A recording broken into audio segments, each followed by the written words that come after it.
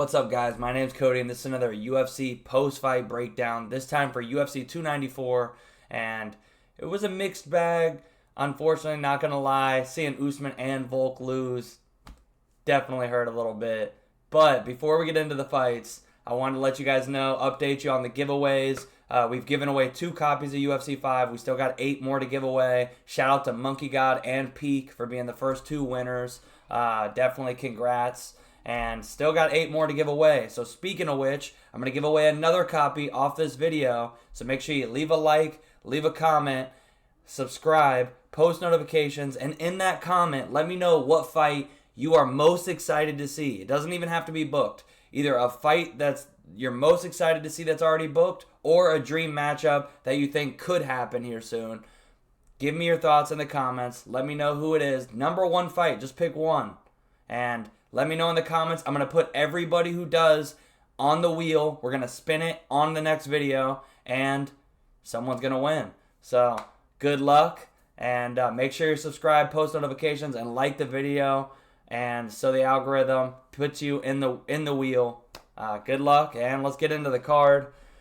And it started off, it was okay, the first fight of the night. We had Shara Magomedov take Bruno Silva. Shara making his UFC debut. I know a lot of people have been like, this is the future of the UFC. I don't know if I'm ready to say all that yet. Don't get me wrong, his striking's super crisp. His kicks are nasty. We knew that coming into this, but Bruno Silva is a pretty tough test. So to see him light him up with those kicks, rock him a couple times, that was definitely good. The problem is that takedown defense, man. You think coming from Dagestan, even Dana touched on it, his wrestling would be better than that. But Bruno was able to just take him down when he wanted to. Now, he couldn't do a whole lot on top, and Shara had some good elbows off his back, but that is a hole that he's going to have to shore up if he wants to, even become ranked, let alone be a champion as his fans think he will be. But his striking is good. There's something to build from.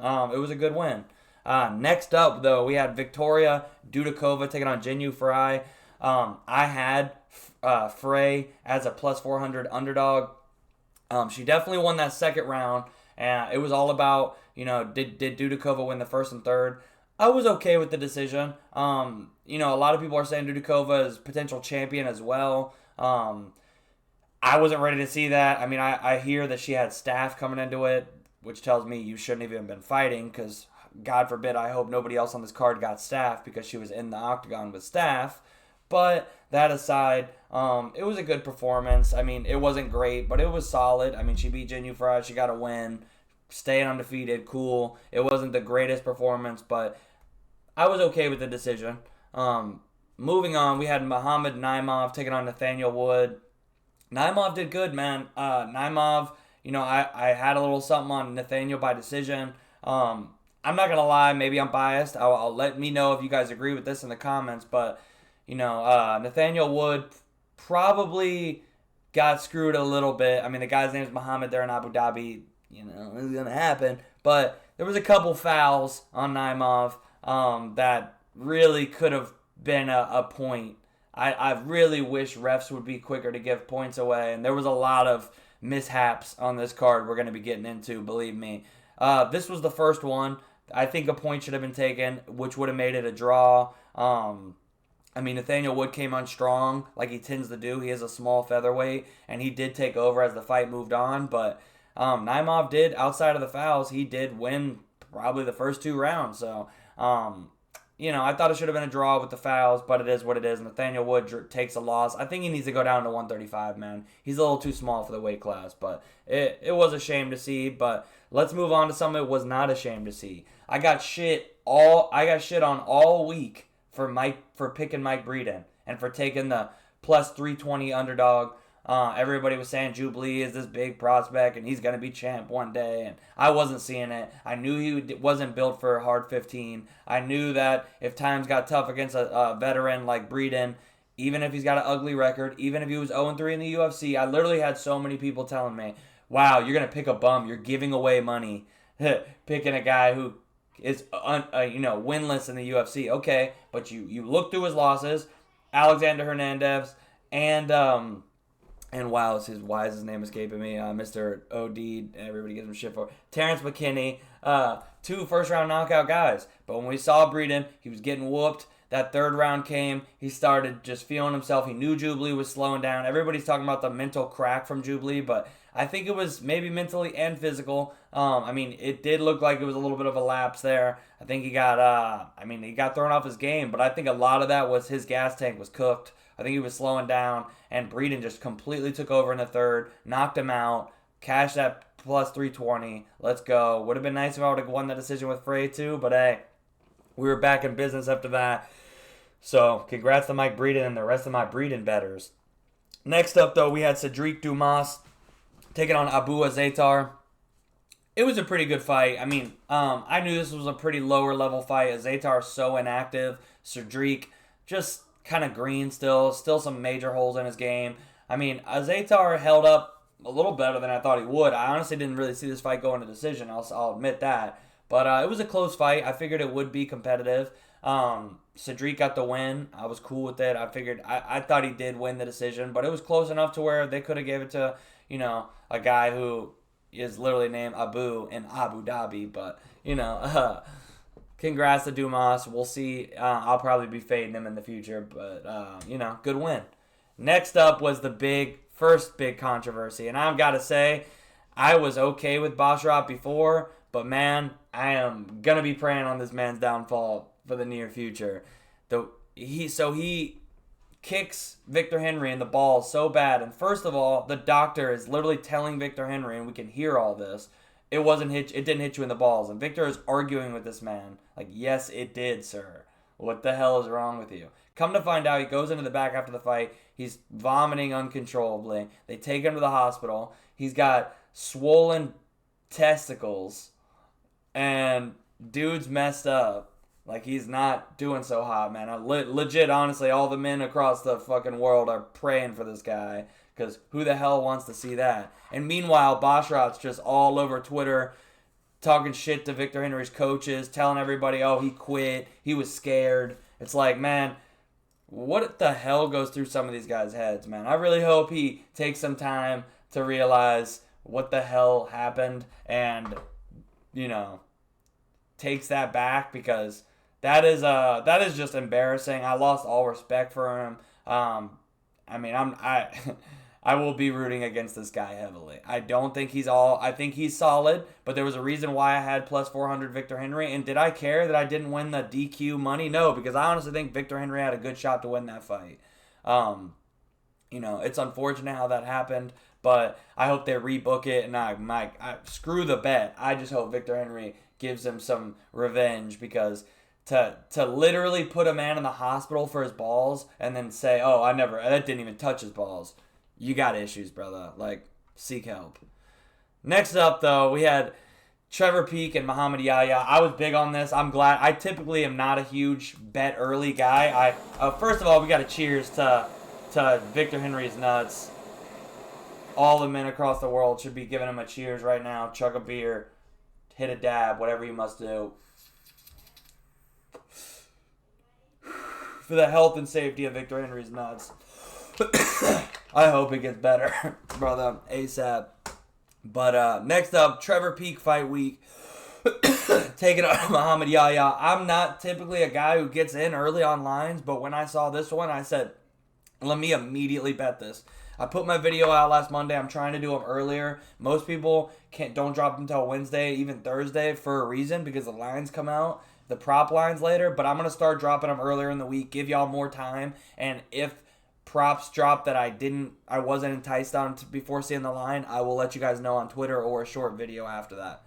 But I'm glad I did that for this one, because my God, he soared up to like almost 2-1. I think it was like minus 180 or something. I didn't really care because I had already got in on it a week and a half earlier. But man, Trevor Peek, what are you gonna say, man? He just had a little too much firepower for Muhammad. Was just able to land the harder shots. Was surprised to see it go to decision, but a good win for Trevor Peek. Congratulations. Looking forward to seeing his next one, because these fights are always fun. Next up, we had Muhammad Makhachev, big prospect, coming in trying to go 10-0 against Tim Elliott. And it was a good performance, but the crazy thing is, man, I don't know how y'all, let me know how y'all were scoring this one in the comments, but Tim Elliott was up on 2 of the 3 judges' scorecards. I posted the scorecard on Twitter. He was actually winning on 2 of the judges' scorecards 2-0 in that third round with 2 minutes left when he got subbed. So, pretty crazy. I mean, Tim Elliott, death, taxes, and Tim Elliott getting subbed, even though I'm a huge Tim Elliott fan. Dude's just super fun to watch, but it is unfortunate. He does have a little bit of a submission defense problem. He gets caught in that arm triangle. Would have won the decision. Would have made me a lot of money. I had plus 380, Tim Elliott, but hey, can't be mad at it. Oh, by the way, I was like plus 114 on Trevor Peek. Some people had better, but I was really happy with that line, and he got the win, of course. Next up, though, we had Said Nurmagomedov taking on Moin Gaffarov. Said, man, this guy's got slick striking, especially his kicks, and nasty front chokes. So it was just really surprising to see Gaffarov just dive right into that fucking ninja choke. It says guillotine, but it was actually the ninja choke. I use this choke a lot. It's the rear naked choke variation of a guillotine. Rear naked choke grip variation. He's so good at that choke, man. He's so nasty with it. He's so slick. And if he gets that thing locked in, it's GG. You might as well just tap early because it's done. He has not put that on anybody and not hit it. So, Said, man, not much to say about this fight. Just great performance.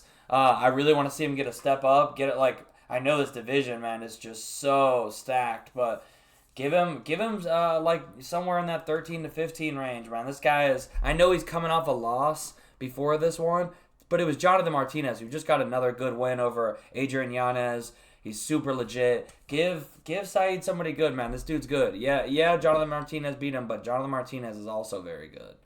So shout out to Said. He did win the first half of my parlay. We'll talk about my second half later.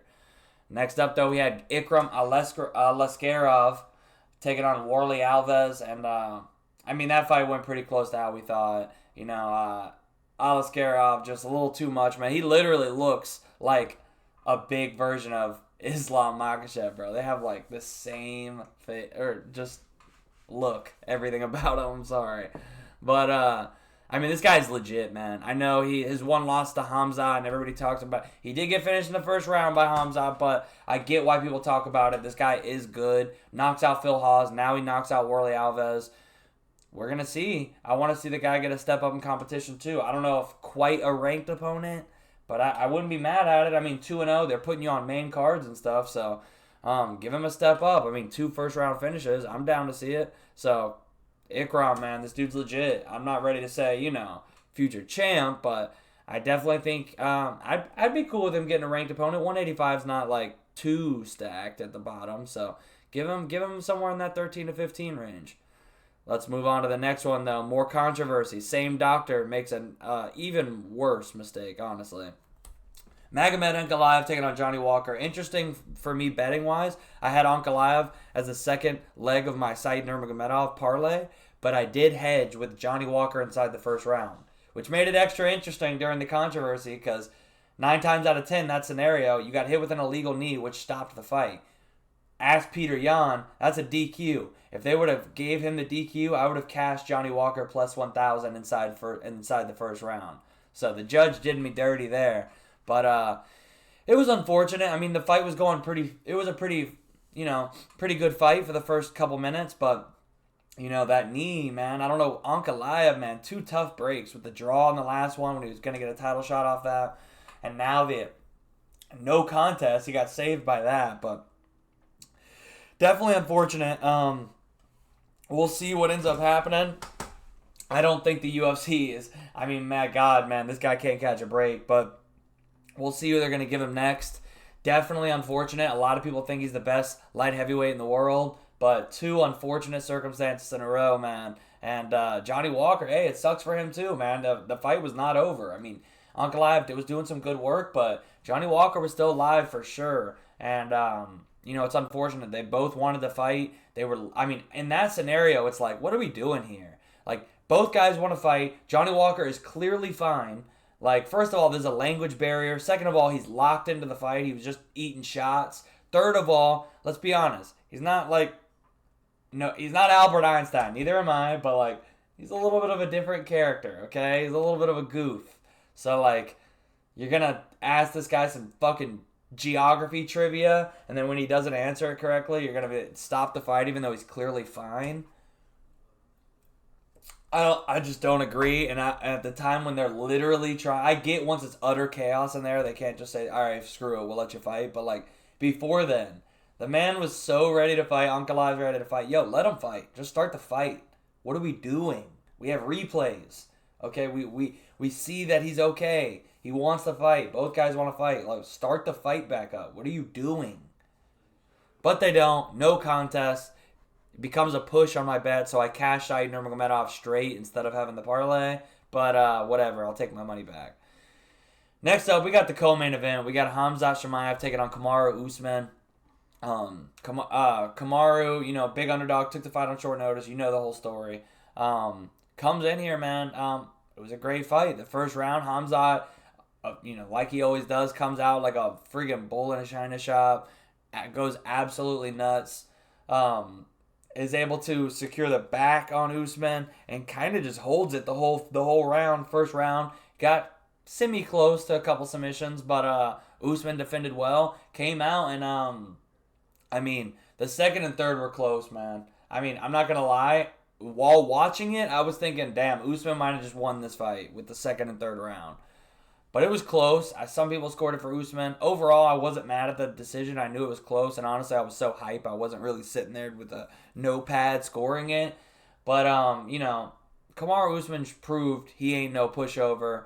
Even on short notice, flying to Abu Dhabi on 10 days' notice, going up a weight class, taking on the boogeyman of the division. He put up a valiant effort, a great fight, landed some great shots. Khamzat showed that, you know, he's got enough heart to push through, and he did eat some shots. He did have a guy who was not, you know, he came to fight. He did not come to take a L like Burns, you know, in these last couple fights. Khamzat's having to show more. It wasn't the performance he probably wanted. It was close, but hey, you beat Usman. It don't matter how you do it. So shout out to Khamzat. Let me know who you want to see him fight next. I mean, it should be Sean Strickland, right? And I mean, I can't give out my sources yet, but someone very, very close, somebody who trained with Khamzat, has told me and others that apparently Sean Strickland used to get the better of Khamzat and some of Khamzat's teammates in the gym. And so much so that they forbid Khamzat and his team from sparring with Strickland. So take that for what you will. Y'all know me. I don't ever say stuff like this. But this is a good source. Like a very good source. Somebody who isn't even friends with Strickland has no reason to lie. And they're in the gym with him. Take that for what you will. We'll see. I did appreciate Khamzat's post-fight speech. Seemed like it came from the heart. He did win me over a little bit with that, but you know, I do want to see him fight Strickland. I do think he needs to finish Strickland early or Strickland's gas tank. I would have to take Strickland. And overall, my pick will be the surefire underdog in that. Sean Strickland, I'm going to take him by third round TKO when they make that fight. Not even because of that rumor, but you know, I want to see Usman stay at middleweight too. I liked how he looked, especially on a full camp, put a little bit of muscle size on. I'd like that. But let's move on to the main event. This one pained me a little bit. We had champ versus champ, the rematch. Volkanovski coming in also on 10 days' notice, flying to Abu Dhabi and going up a weight class. He didn't get the months to build up his body like he did in that first fight, so he did look a little flabbier in this one. I'd love to see him, if he's going to go up to lightweight, not do it on short notice again. Obviously, against the champ like Islam, it's just, like I said in the breakdown, the odds were stacked against him just like they were Usman, and that's why I had to pick against both of them. But, of course, I didn't see it going that quick. I didn't see it ending like that. I'm not trying to make excuses for him, just like he's not trying to make excuses. But what can you say, man? I've never slept on Islam striking. It's gotten so much better over his career. And his kicks have been nice, and he was landing some good kicks in the first fight. And this time, just 3 minutes into the fight, he lands that head kick and dropped Alex, and then some nasty ground and pound. It was a good stoppage. You know, Islam gets the defense. I don't want to see him fight Charles, man. I really don't. I love Charles. He's one of my favorite fighters, but we've already seen that fight, and I don't see it going any differently. Honestly, I'm typically not for fighters immediately getting the belt and like couple defenses and changing weight classes, but I'd be down to see him go up to 170. Give Islam the winner of Colby and Leon. Let me know down below who y'all want to see him fight. But I'd rather see that. I don't want to see him fight friggin' Charles Oliveira again. 2 rematches as his 2 defenses. I don't want to see that, man. I want to see him go and challenge himself. I got to be honest. I mean, maybe...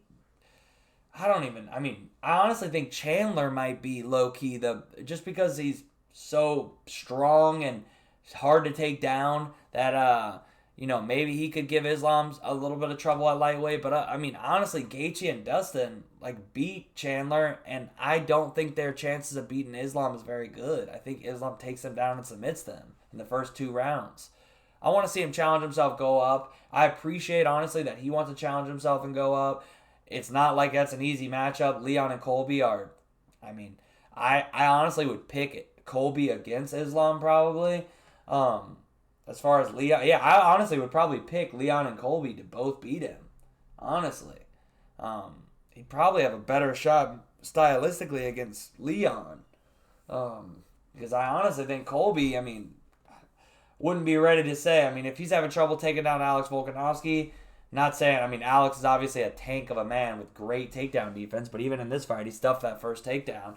And I don't think Islam's just going in there and taking Colby down, bro. I don't. Colby's got the gas tank. His striking's good enough to hang. Defense is better than his offense, but, his volume, his pressure could give Islam some trouble. So I want to see that fight if he beats Leon. I want to see Leon against him too. I wouldn't ride off Leon. But last stab. I know we had to do the first one to Victor Henry's nuts, but we got to do one here for Alex Volkanovski. I want to see him go back down to featherweight, man. I think he can still continue to defend his title.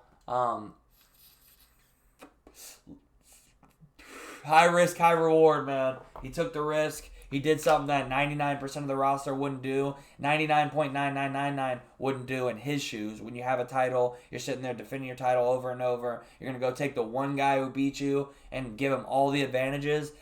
I don't think, I wish somebody on his team would have stopped. I never was really excited to see him step in there like that. Obviously, I was excited to watch the fight, but I didn't want to see, as a fan of his, him take this fight. But he stacked the odds in Islam's favor, and Islam's too good to give him any advantages. So, that was why I saw the fight going like this, but not that quick.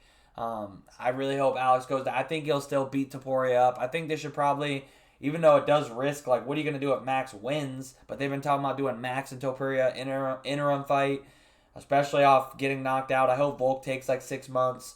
The problem is, if Max beats Topuria, what are we doing? Are we going to make a 4th fight? Even though I'm a huge Max fan, we saw the 3rd fight. It wasn't very competitive. So, I don't know what they're going to do there, but I do think Volk cooks Topuria, takes him to deep waters, and finishes him late. That's it, really, for these fights, man. It was still a good card. Some of the fights, they didn't go the way I wanted, and there was some weird officiating, but still fun card, man. Hope you guys watched it. Hope you guys made some money. I ended up a little positive. Nothing crazy, nothing to write home about, but just a little positive with my underdog hits and with that straight Saeed bet. But nothing crazy. Hey, positive's positive. We'll take it. Let's move into that next card. We got a week off, so I'll catch you on the next one. Keep your eyes open for more giveaways. Again, another giveaway on this one. Like the video, comment, subscribe, post notifications, and in your comment, let me know what fight you are most excited for. I'm going to spin a wheel live on one of my next videos. My next one, UFC 5 drops tomorrow, early edition. So look out for some videos on there. More giveaways. Hint, hint. Keep your eyes open. But good luck. Hope you win a copy. Hope you make some money on this next card. I will see you guys really shortly. You'll see my UFC 5 videos. You'll see the results to this giveaway. Shout out to Monkey God and the winner from last night, whose name Peak, the winner from last night, or yesterday, I should say. But GG's, good luck on the next card. I will see you guys soon, and